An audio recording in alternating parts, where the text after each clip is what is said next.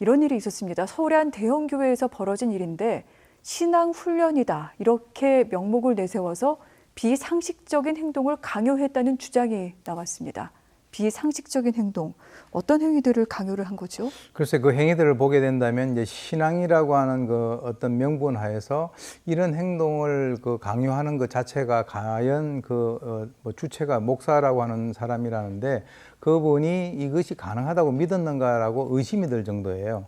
예를 들어서 인분을 먹이거나 또는 곰팡이가 핀 음식을 갖다 먹인다든지 또 구운 고기를 바닥에 던져가지고 그것을 주워 먹게 한다든가 또 돌아가면서 매를 맞고 공동묘지에서 채찍질을 하고 또 뭐 이 3일 동안 잠을 재우지 않아 가지고 어떤 분은 그것 때문에 뭐 뇌출혈로 쓰러졌다라고 하는 그런 얘기도 있습니다. 그리고 이제 영화라든지 책을 보기 전에 미리 이 목사님에게 물어봐 가지고 보지 말라 하면 안 봐야 되고 보라 그러면 봐야 되고 하는 이런 일들이 있었다라고 하는데 이것 모두가 신앙 훈련이라고 하는 그런 어떤 그 명분 하에서 이루어졌다라고 합니다. 과연 이것을 신앙이라고 부를 수 있을까요? 이런 일이 벌어졌다는 게 정말 이해가 잘 안 됩니다. 이런 곳을 종교단체라고 부를 수 있을지조차 좀 의문이 드는데 어떻습니까? 뭐 교회 측은 뭐라고 하나요? 지금 이제 뭐 원래 이 사이비 종교로 돼 있지는 않습니다. 네. 제가 이제 어떤 그 기독교 한 교파로 돼 있긴 있는데 이제 제가 이렇게 보니까 용어를 좀 다르게 사용을 하고 있어요. 이 목사라고 하는 그 용어를 뭐 탑 리더요.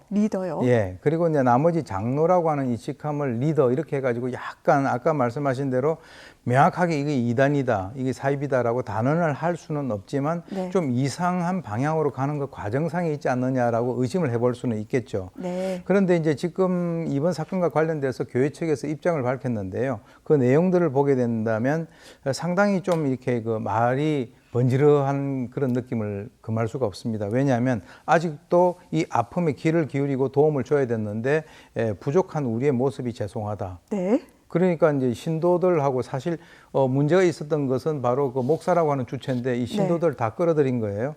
더 정중하지 못하고 사랑의 표현을 아꼈던 그런 상황이기 때문에 전문가의 도움을 받아서 진실을 밝히고 건강한 교회로 만들겠다 이렇게 얘기를 하니까 마침 이걸 들어보면은 그 주체가 그 어떤 책임하고는 전혀 상관이 없는 것 같이 이렇게 느껴지는데 제가 볼 때는 입장문을 보니까 이것은 결국 외부에서 개입을 하지 않으면 이 문제가 해결되기가 상당히 힘들겠다라고 하는 그런 생각이 듭니다. 화법도 유체이탈화법에다가 굉장히 좀 범인으로 치면 확신범이 아닌가 뭐 이런 얘기까지 생각까지 좀 들게 되는데요. 현재 경찰은요 신도들이 고소를 했고 여기에 따라서 수사를 착수한 상태이기도 합니다. 이제 목사를 입건한 것으로 전해지고 있는데 교수님, 이 가혹행위가 사실인 것으로 이제 경찰 수사에서 밝혀진다면 처벌은 어떻게 될까요? 제대로 처벌을 좀 할 수 있을까요? 뭐 처벌은 이제 증거라든지 목격자라든가 이런 것이 충분하기 때문에 아마 그 이 당사자가 부인을 하기는 상당히 힘들 거라고 저는 봅니다. 그래서 이제 지금 이제 시민단체에서 이것을 일종의 그 그루밍 범죄라고 정의를 하고 이 교회 담임 목사에 대해서 법적 처벌과 이 교회를 해산해달라라고 하는 정도까지 이르렀는데요. 네. 소위 이제 신앙이라고 하는 그 미명하에서 인권 유린이라든가 폭력이 자행됐다라고 하고 지금 이제 서울 북부지검에 이제 고소장이 접수가 된 상태고 그것이 지금 해당되는 관할 경찰서인 그 동대문서에서 수사를 하고 있다라고 하는데 범죄 혐의를 입증하고 하는 그런 것은 뭐 크게 어렵지는 않다라고 저는 개인적으로 봅니다. 그렇군요. 교수님, 여기서 제가 한 가지 궁금한 게 이 교회의 신도 수가 한 2, 3천 명 정도 되고 청년 신도들이 한 8, 90%였다고 합니다. 뭐 코로나 때 사실 문제가 됐던 한 교회에서도 청년 신도들의 비율이 상당히 높았는데 왜 이런 일들을 우리 사회 젊은이들이 겪게 되는 건지 그 심리 상태라던가 뭐 이런 부분에 대해서 우리 사회가 좀 고민해야 될 지점은 없을까요?